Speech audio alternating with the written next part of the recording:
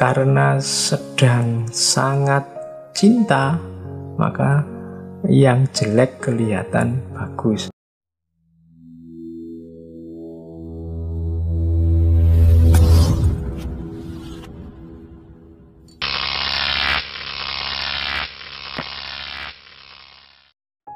Katanya John Locke, paling tidak ada 4 hal yang menyebabkan kesalahan dalam pengetahuan. Yang pertama, karena malas atau kurangnya kemampuan. Jadi maksudnya apa? Pengetahuan itu kan sumbernya dari pengalaman dengan objek-objek.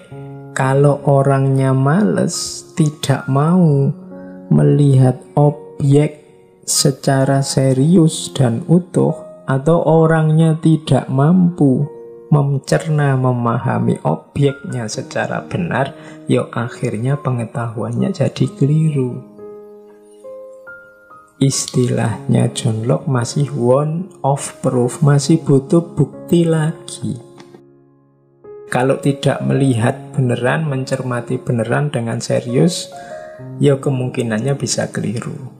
Atau kurang kemampuan. Kurang kemampuan itu tidak punya pengalaman tentang itu sama sekali. Jadi penyebab salahnya berpikir bisa karena malas atau kurangnya kemampuan. Atau yang kedua, penyebab kesalahan karena prasangka, kekeliruan ingatan, atau karena marah.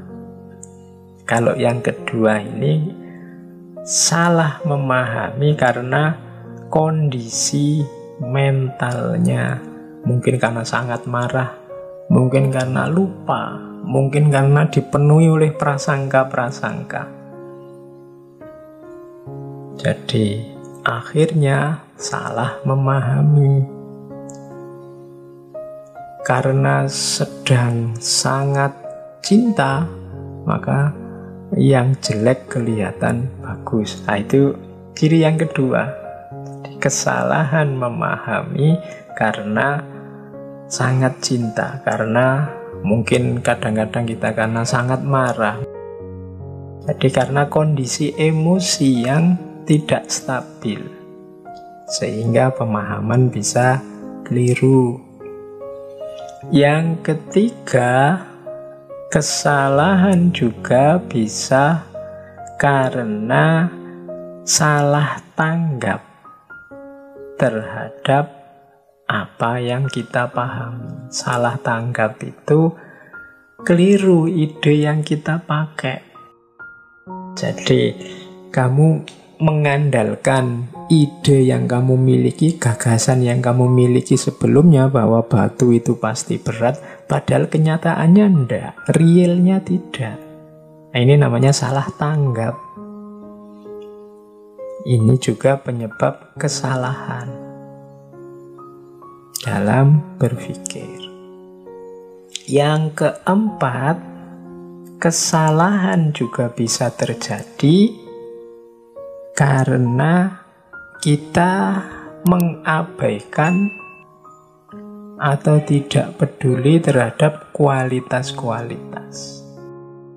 Setiap objek punya ciri, punya sifat.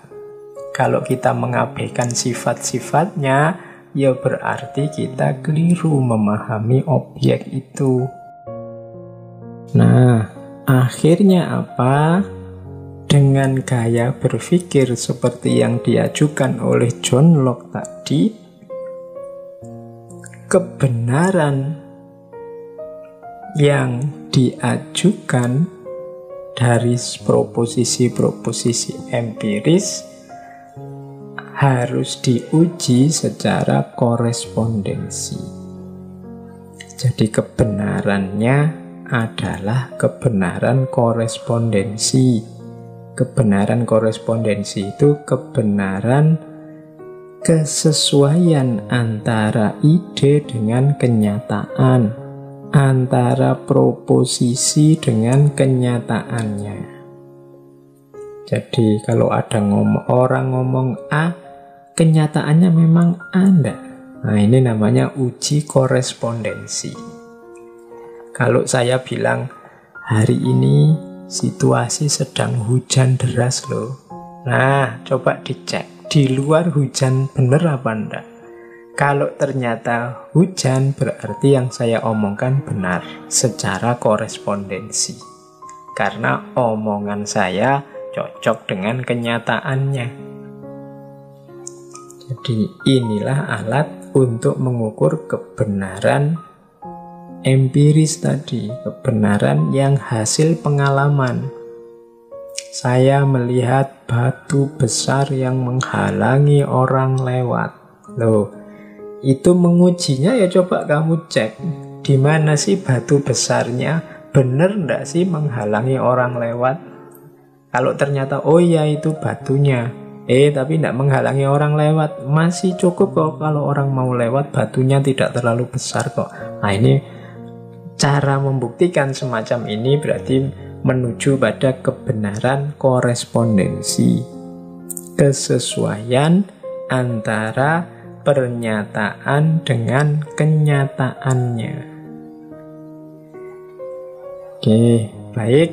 Jadi kita sudah paling tidak mengerti epistemologi empirisme sebagaimana diinginkan oleh John Locke, bahwa manusia itu seperti kertas putih tabula rasa yang itu diisi oleh pengalaman-pengalaman lahiriah dan batiniah, yang pengalaman itu nanti melahirkan ide-ide, baik ide simpel maupun ide kompleks, yang isi dari ide-ide itu tentang objek-objek dengan kualitas-kualitasnya, yang objek-objek ini muncul dalam kesadaran kita melahirkan ide-ide, dan ide-ide ini nanti akan melahirkan pengetahuan. Sehingga seperti saya bilang tadi, ternyata pengetahuan kita dibatasi oleh ide, ide kita dibatasi oleh pengalaman, dan pengalaman kita terbatasi oleh panca indera. Dari situ nanti kita bisa menguji kebenarannya secara korespondensi. Inilah model epistemologi empirisisme gaya John Locke.